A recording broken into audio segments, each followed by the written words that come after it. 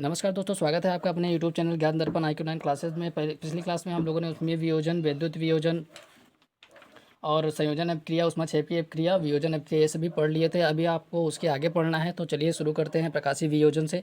उसके आगे से जब किसी अभिक्रिया का वियोजन प्रकाश द्वारा होता है तो उसे प्रकाशीय वियोजन कहा जाता है। उदाहरण के लिए हमने ले लिया है 2 मोल सिल्वर क्लोराइड लिया है। ये सिल्वर है, क्लोरीन है। सिल्वर क्लोराइड ये ठोस है, सूर्य का प्रकाश जब इसमें डालते हैं तो ये सिल्वर और क्लोरीन में टूट जाता है। इसी प्रकार से सिल्वर ब्रोमाइड लिया हमने, सूर्य का प्रकाश इसमें भी प्रवाहित किया तो क्या हो जाएगा, ये सिल्वर और ब्रोमीन में टूट जाएगा। ये सभी क्या है, आयोडीन, ब्रोमीन, क्लोरीन, फ्लोरीन, ये सब इन सबको बोलते हैं भाई साहब हैलोजन। ठीक है दोस्तों, इस अभिक्रिया का उपयोग श्याम श्वेत फोटोग्राफी में भी होता है। ऊष्माशोषी अभिक्रिया चलिए देख लेते हैं।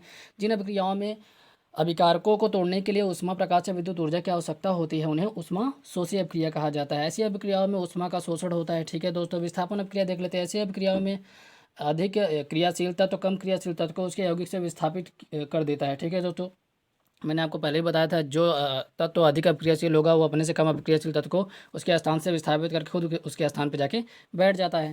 ठीक है दोस्तों, तो एक स्टैंड लेना पड़ेगा यार, इस चित्र बनाना पड़ेगा इसमें। ठीक है, तो एक स्टैंड लो और स्टैंड लेने के बाद एक की नली बनाओ और उसको ऐसे स्टैंड से ये सहारे के लिए इसे जोड़ दो। बाकी तो आप समझ ही रहे हो, यहाँ पे देख ही रहे हो। पर एक नली लो, ये धागा है और ये मैंने यहाँ पे कॉपर सल्फेट का विलयन लिया है और 2 कील इसमें लटका दी है। ठीक है दोस्तों, अब आप लोग तो कुछ और ही सोच रहे होंगे क्या लटका हुआ है। ठीक है दोस्तों, तो लोहे के कील पर भूरे रंग की कॉपर परत जम गई। कॉपर सल्फेट के नीले विलयन का रंग हरे फेरस सल्फेट के निर्माण के कारण हो गया। ठीक है दोस्तों, चलिए आगे देखते हैं, उसका एग्जाम्पल हम लोग देखते हैं। ठीक है दोस्तों, तो जो जिंक था वो क्या किससे अभिक्रिया कर रहा था, कॉपर सल्फेट से। तो जब कॉपर सल्फेट से अभिक्रिया करेगा तो कॉपर क्या है, जिंक से कम अभिक्रियाशील है, इसलिए जिंक क्या करेगा, जिंक ज़्यादा अभिक्रियाशील है तो जिंक क्या करेगा, कॉपर को क्या करेगा, कॉपर सल्फेट से विस्थापित करके खुद जाके उसके स्थान पर बैठ जाएगा। जैसे मैंने आपको भी बताया कि ज़्यादा अभिक्रियाशील कम अभिक्रियाशील तत्व को उसके स्थान से हटा के उसके स्थान पर जाके बैठ जाता है। ठीक है दोस्तों, तो हमने लिखा भी है। तो द्विस्थापन अभिक्रिया देखते हैं। इस अभिक्रिया में उत्पादों का निर्माण 2 यौगिकों के बीच आयनों के आदान प्रदान से होता है। चलिए भैया देख लेते हैं, हमने एग्जांपल के थ्रू यहाँ पे देखते हैं। सोडियम सल्फेट लिया है और बेरियम क्लोराइड, जब दोनों का अभिक्रिया कराया तो यहाँ पर बेरियम सल्फेट का अवक्षेप प्राप्त हुआ। ठीक है दोस्तों, और सोडियम क्लोराइड प्राप्त हुआ 2 मोल।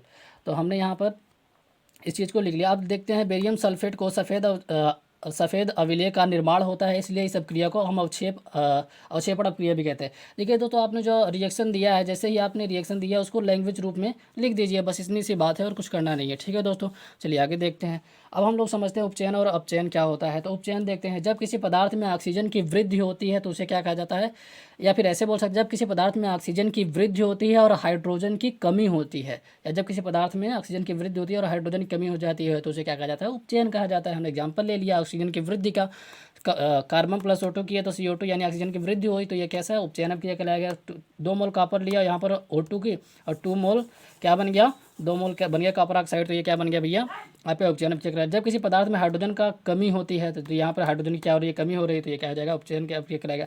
अपचयन क्या होता है उसको देख लेते हैं। जब किसी पदार्थ में ऑक्सीजन की कमी हो जाती है और हाइड्रोजन की वृद्धि हो जाती है, जस्ट उपचयन का उल्टा होता है अपचयन आपका। ठीक है दोस्तों, तो मैंने यहाँ पे कॉपर ऑक्साइड ले लिया और हाइड्रोजन ले लिया।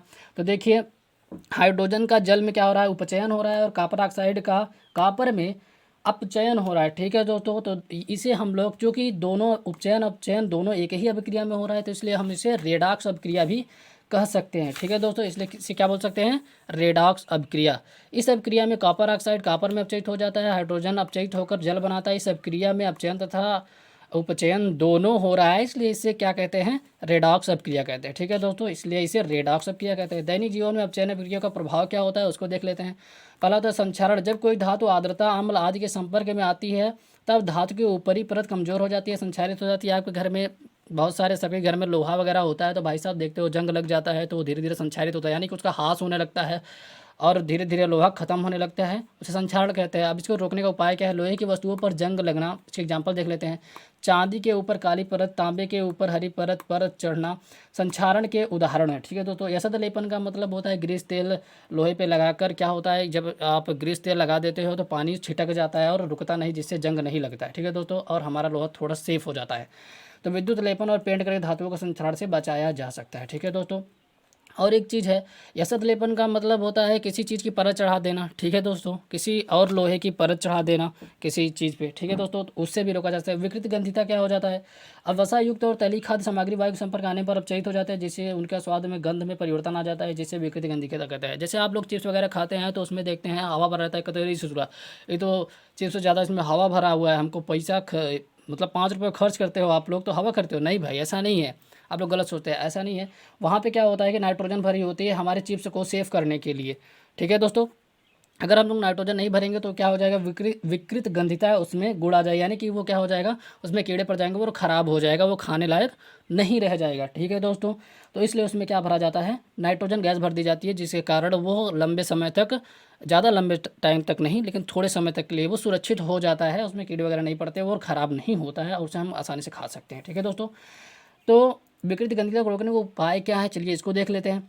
प्रत्याक्षी कारक का उपयोग करके वायु रोधी बर्तन में खाद्य सामग्री रख के, यानी ऐसा बर्तन हो जिसमें वायु ना जाए, उसमें आप खाद्य सामग्री रख दीजिए तो क्या होगा, वो बचा रहेगा। वायु के स्थान पर नाइट्रोजन गैस द्वारा, वायु का मतलब यह है कि उसमें वाष्प ना जाने पाए, यार पानी ना जाने पाए, ठीक है, वो वायु तो जाए यही। वायु के स्थान पर नाइट्रोजन गैस द्वारा, तो वायु के स्थान पर क्या भर दिया जाए, सिर्फ नाइट्रोजन गैस भर दिया जाए। जैसे मैंने आपको बताया कि चिप्स पैकेट में या फिर और भी सारे जिसमें हवा भरी रहती है, मसालों में, मसालों की कोई भी पैकेट हो यार, उसमें अगर जिसमें हवा भरी तो समझ लो नाइट्रोजन भरा है, हवा नहीं भरी है, सिर्फ वो नाइट्रोजन है, ठीक है।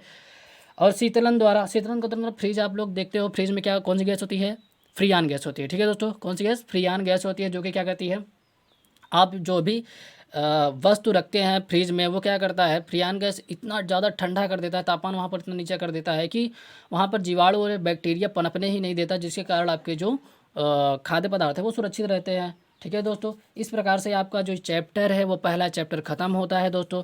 तो आप लोग कैसी लगी वीडियो और पहला चैप्टर कैसा लगा, तीनों वीडियो आपको मिल जाएंगे यूट्यूब पे। ज्ञान दर्पण IQ9 क्लासेस है मेरा चैनल, उसको जाके सब्सक्राइब करिए, लाइक करिए। मैंने पहले ही बताया आपको, आपको एक चैप्टर मैंने पढ़ा दिया, कैसा लगा वीडियो आप ज़रूर कमेंट करके बताइएगा, ठीक है दोस्तों। तो मिलते हैं अगली वीडियो में अगले चैप्टर के साथ।